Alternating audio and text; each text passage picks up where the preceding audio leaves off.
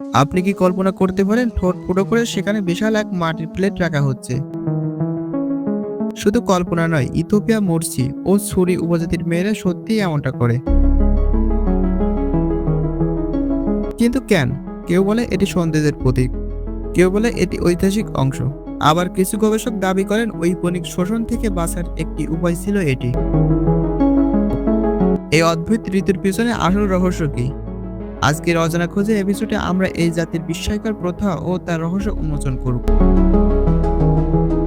সাধারণত 15 থেকে 16 বছর মেয়েদের নিচের ঠোঁটের একটি ছোট ছিদ্র করা হয়। এরপর ধীরে ধীরে ছিদ্রটি বড় করা হয় এবং সেখানে মাটি বা কাঠের প্লেট ঢোকানো হয়। প্লেটের আকার 12 সেন্টিমিটার পর্যন্ত হতে পারে। এটি দেখতে যতই অদ্ভুত লাগুক, মুর্শি ও সুরি সমাজের একটি সৌন্দর্যের প্রতীক এবং মেয়েদের সম্মান ও সামাজিক অবস্থা বাড়িয়ে দেয়। এই প্রথার পেছনে কারণ কি? উপজাতি মানুষের বিশ্বাস বড় লিপ প্লেট মানে বেশি আকর্ষণীয় ও মর্যাদাবান নারী। লিপ প্লেট যত বড়, মেয়ের পরিবারের জন্য দেওয়া গবাদি পশুর সংখ্যা তত বেশি। অনেক ক্ষেত্রে এটি বিয়ের জন্য মেয়েদের যোগ্যতা নির্ধারণে ভূমিকা রাখে। এই রীতির পিছনে আরো বেশ কিছু কারণ আছে। ঔপনিকদের হাত থেকে বাঁচতে। ঐতিহাসিকবিদদের মতে একসময় দাস ব্যবসায়ীরা সুন্দর মেয়েদের ধরে নিয়ে যেত।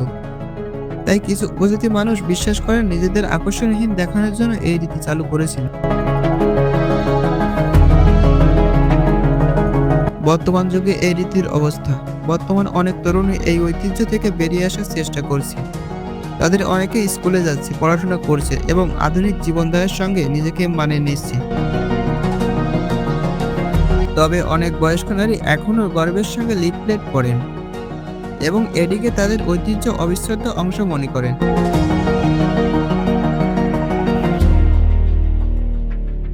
আপনার মতামত কি, কমেন্টে জানান। আর ভিডিওটা যদি ভালো লেগে থাকে অবশ্যই চ্যানেলটি সাবস্ক্রাইব করুন।